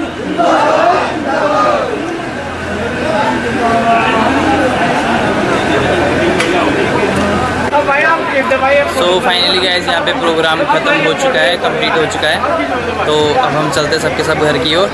आई होप आपको वीडियो पसंद आई होगी। वीडियो अच्छी लगी तो वीडियो को लाइक करना और चैनल को सब्सक्राइब कर देना। Thank you.